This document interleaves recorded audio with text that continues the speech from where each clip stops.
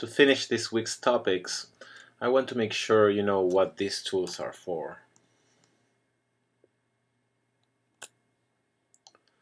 These tools will allow you to manage MIDI clips.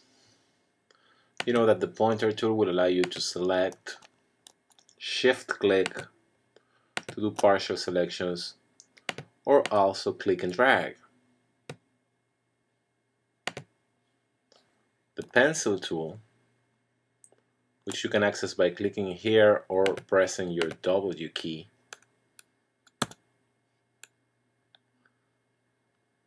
will allow you to draw empty clips.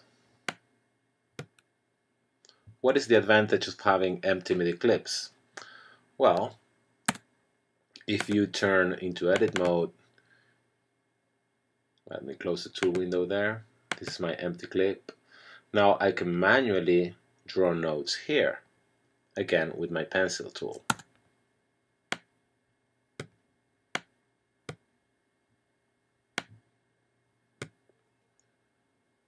You will also need empty MIDI clips if you want to manually draw automation. We'll deal with automation in the following weeks. Let's go back to song mode. The erase tool, which you can access as well with the E key,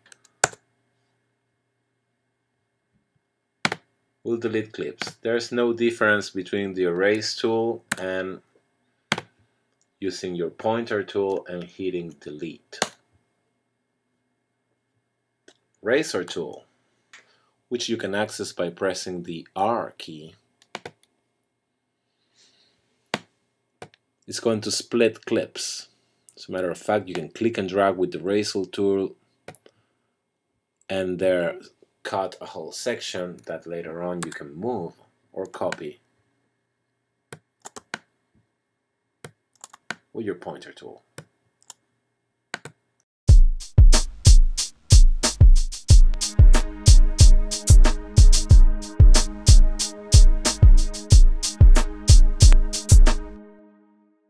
So it's very easy to isolate material from your own composition and transform it or use it in a different way. Zoom tool, which you access with your T key, will zoom into whatever you click and drag. To zoom out, just press the Option key and click. Hand tool, letter Y, will allow you to move from one place to another in your sequencer window.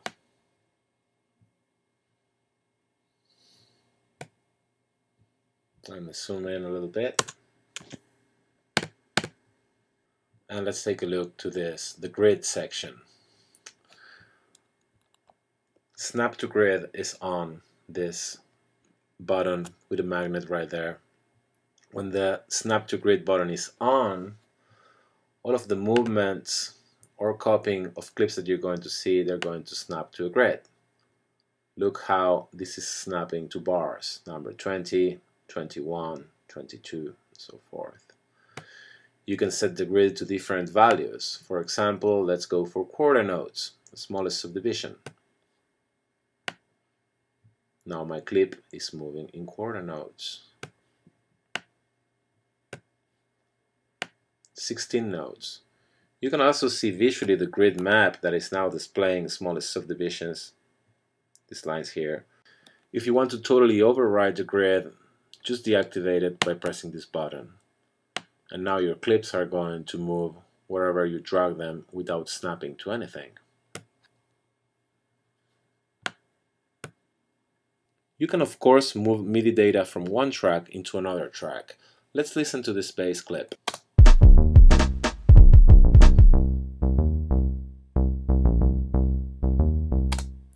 Now I'm going to move these bass notes into my strings. For that I'm going to cut this chunk out first with my razor tool.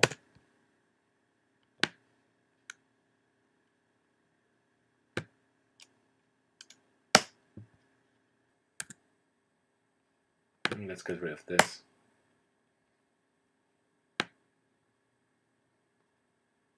And now let's play the bass notes through the string sounds.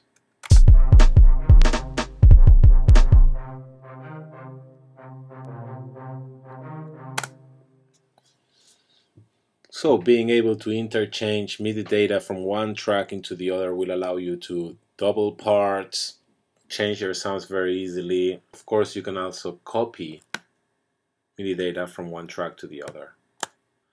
If you control click on one or more clips, you get this menu. Cut, copy, delete, select all. The ones we are interested for now are being able to mute clips.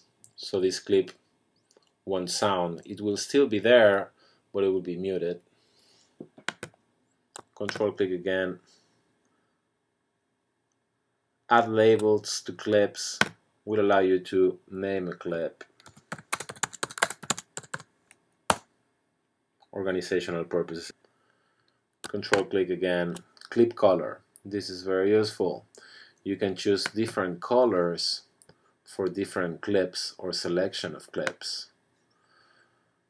And when you start layering lots of sounds, you will find this function very useful because things can get quite confusing.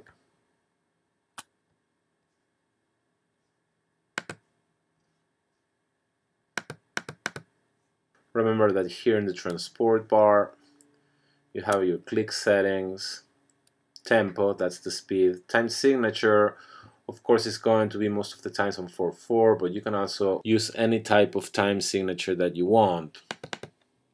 3/4, for a waltz type of thing. Now you will see that my click will beat in groups of 3. 1, 2, 3. But in electronic music, 90% of the time, if not more, we use 4/4 time signatures. These indicators here, they show you where your playhead is at the moment in terms of bars and bits and in terms of real time. Transport controls to rewind, fast forward, stop, play, and record. Looping function on and off. These indicators show you where your locator are, left and right. Last but not least, let's check this section here. DSP and audio out clip. DSP, you will see this bar lighting up when you start to have a massive quantity of Rsn instruments and sounds loaded into your memory, and the more this bar approaches to red, the closer your computer is going to be to stop the audio or start to break off the audio. So it's just a meter for you, for your consideration. The audio out clip, it's a very important feature. Let's play the song back and let's take a look to it.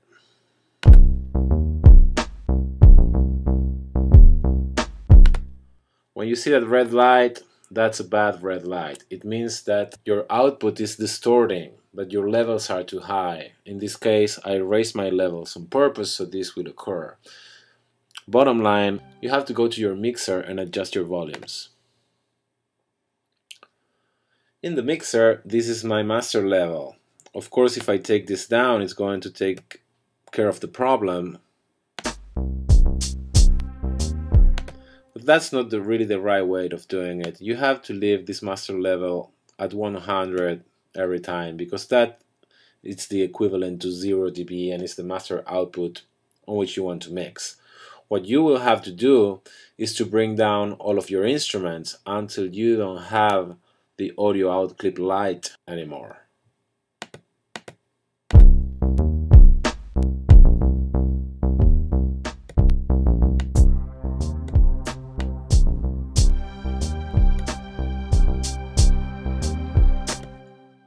It's necessary to mix at a fairly low level, so we will avoid these types of audio clippings that, especially in the digital world, they're not desirable at all.